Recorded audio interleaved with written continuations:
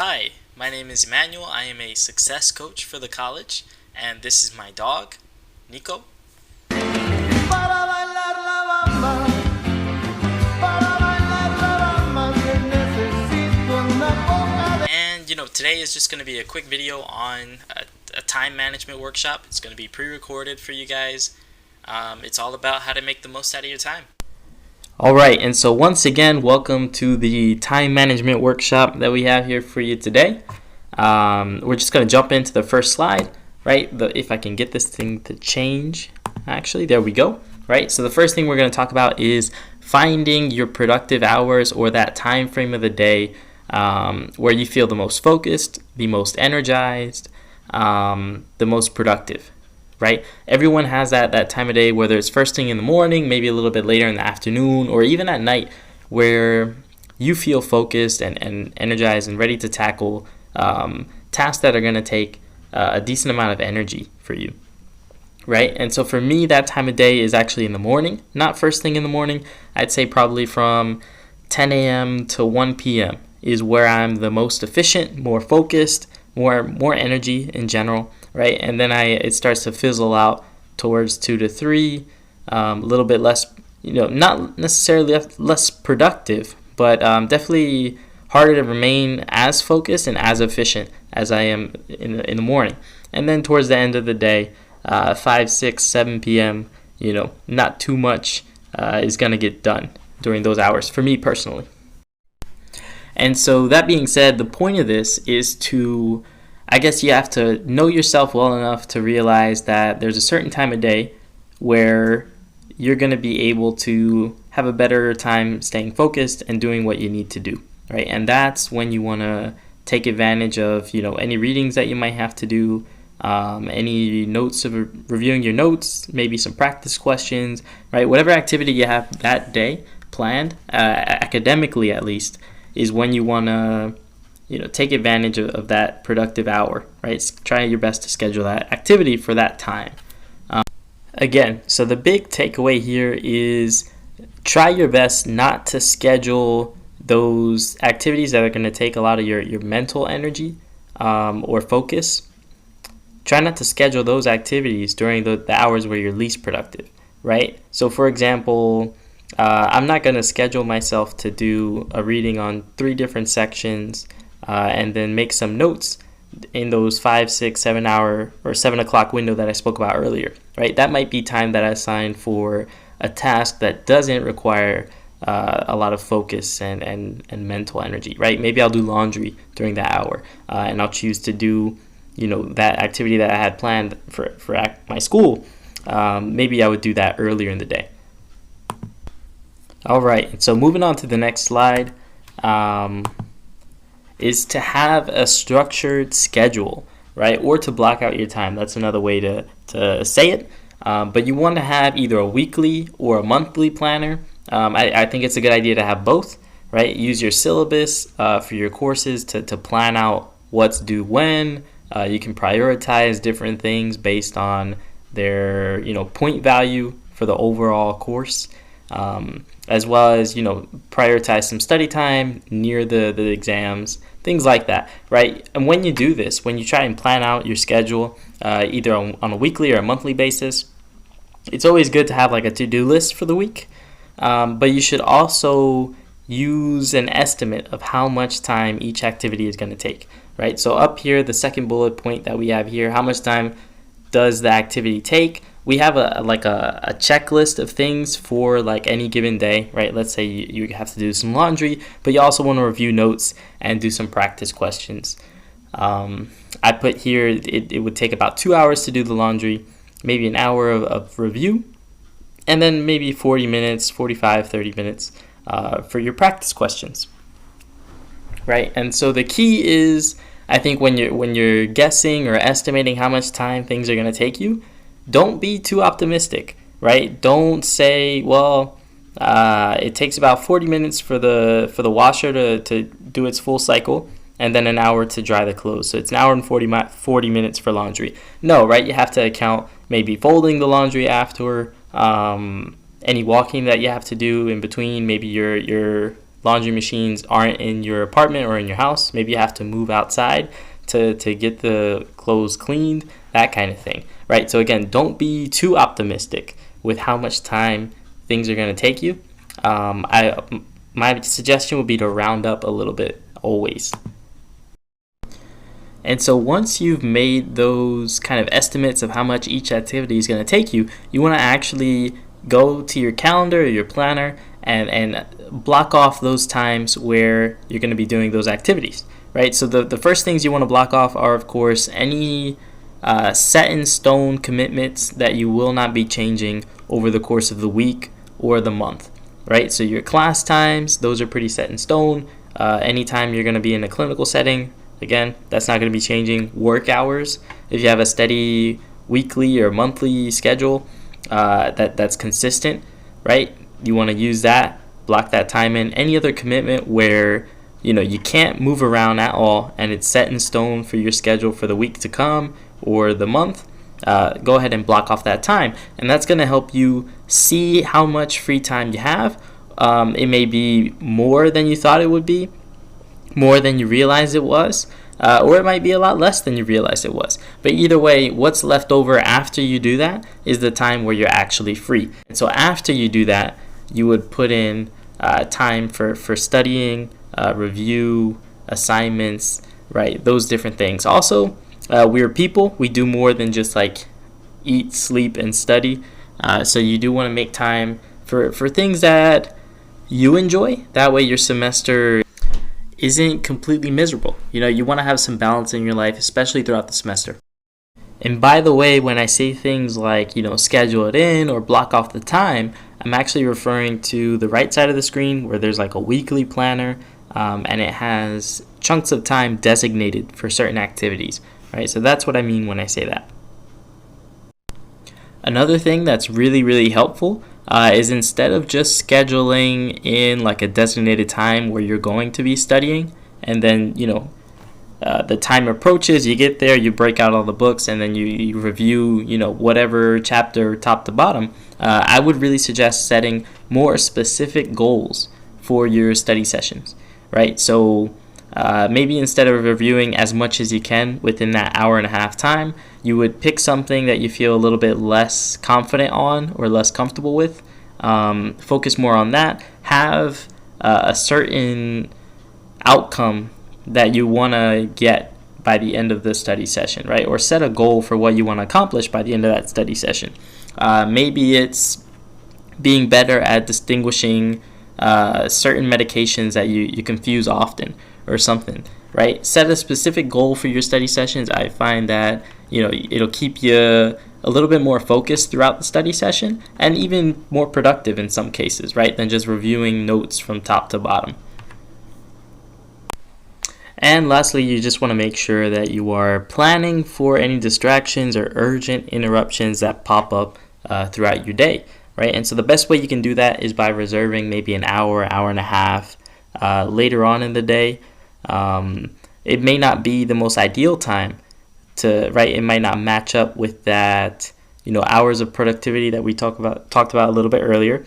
But it would be some extra free time that you may have lingering, where you would usually just use it to wind down before bed, something like that, right? So let's say if you're studying and something urgent comes up, maybe you have to give a family member a ride somewhere, right? Or their car breaks down and you need to pick them up. You would still have that hour or whatever free time you have towards the end of the day to kind of make up for that urgent interruption that came up when you were doing a certain task that you need to complete before the day ends. All right, and so the next thing we're going to talk about is just having a designated area of study. A lot of you may already have one.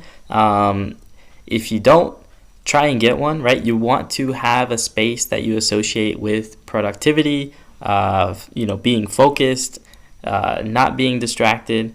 And so the main thing that you want in this is some place where you're going to be sitting upright. So if you're using your bed as your designated study space, and you tend to lay down while reviewing or just studying, I I would change that immediately, right? Don't do that. It's a passive kind of body posture. It'll be easier to fall asleep, easier to get distracted. Your bed is also associated with one or two other things, and studying it should not be one of them, right?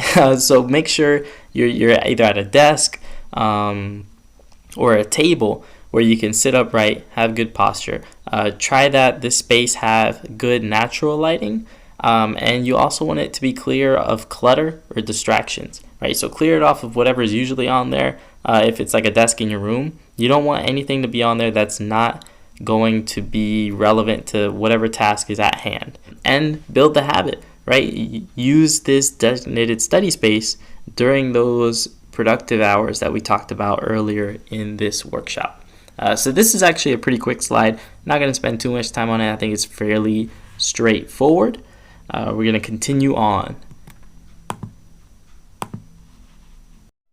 Okay, good. So I'm glad we got here because now we've gotten to the point where you've kind of planned out your week. You know what you're going to be doing, and then the end of the week arrives, and maybe things didn't go the way that you had planned them. Maybe you spent some time on something that you thought would help you, but it actually didn't, right? So you have to make sure, and this is something that we all do, maybe not consciously, but we all kind of review and reflect on what happened during the week, what we got done, what we didn't get done. But keeping a time journal it feels a little bit different because you're actually writing it out and taking account of what went on, right? So what didn't get finished that you had initially planned and you even set aside time for?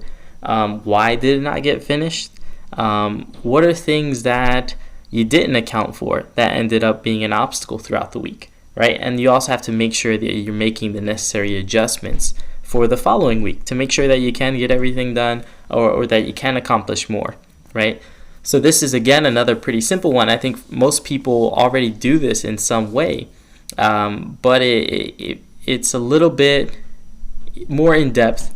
Even if you just set aside like a piece of paper and break it down into 4 columns. What did I plan to get done, or what did I get done? What did I not get done that I had planned to get done? Why did it not get done? And what can I change for next week to make sure that I can accomplish my goals for the week? Okay, and so the final slide here is just a reminder that the solution to your study problems or your time management issues is rarely that you need more time to spend studying, right? It may be that you're using strategies or you're investing time into different study habits that aren't being helpful, that you're not getting a return on, right? So make sure that you're not doing things like using word-for-word definitions or spending a lot of time focusing on word-for-word, explanations from the textbook, right? It may be that you're finding straightforward questions on exams, and then when you go to the multiple choice, that word-for-word answer that you're expecting to see isn't there, and then you might be confused on what the right answer is.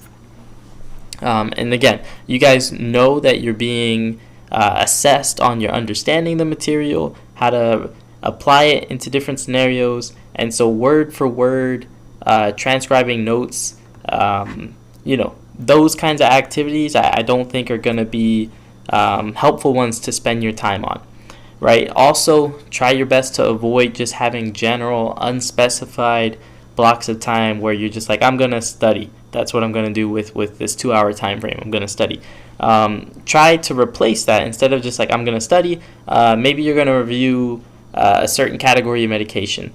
Or maybe you're just going to review 2 sections of a certain chapter that you don't feel comfortable with, right? Again, this goes back to the idea that we spoke of before. When you block out your time, specifically for study time, you want to have a set goal or an outcome for that study session.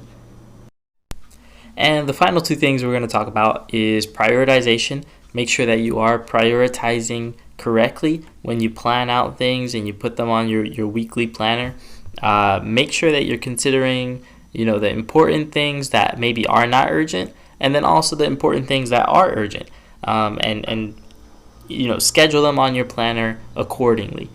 Last thing, super important. It's almost a separate subject, but it does affect your time management. Are you sleeping well? Are you sleeping okay? Are you getting a good night's rest? Because if you're not, you are taking a lot longer to focus, learn the material, understand the material, process it, right? These are things that are really affected by sleep. And I promise you that if you're not getting a good night's sleep, your classmates that are having a way easier time focusing, understanding the information, and learning it. And they're spending less time than you are trying to do that. So just keep that in mind. Get a good night's sleep, and ultimately it'll save you time throughout the day. I know that a lot of times when we're running low on time, or we feel like we need to make more time in our day, some of the popular things that we give up are like our exercise habits. Maybe we work out. That's something that we usually cut out if we're short on time. Eating healthy, right? We may opt for fast food throughout the day if we feel like it's going to save us some time. We don't have to cook. And then, of course, sleep, right? You might be thinking or considering about cutting down on your sleep. Maybe you've already done that. But again, it's a bad idea to do, and ultimately it's going to make you waste more time throughout your day. All right, and so the very last thing that I wanted to walk you through, this is the Mercer homepage, and I wanted to show you how you can access older recordings of older workshops, right? And so you would go to where it says Students, Student Services, and then find where it says Center for Retention and Completion on the side, right? So we're going to click on that.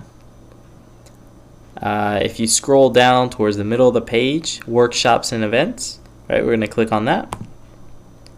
And there you have it, right? So here is an older flyer. This is from last semester. This may be updated for the spring of 2022, right? We'll have to update that. But there's older workshops here, right? There's an older time management workshop. This one was by Nicole Killian, the prior success coach for the health professions. There's also Test Prep by Ed Griffith, right? So there's a lot of good workshops here that you may be interested in, and you don't even have to access them through your student portal. They're just available there through the main page, the home page.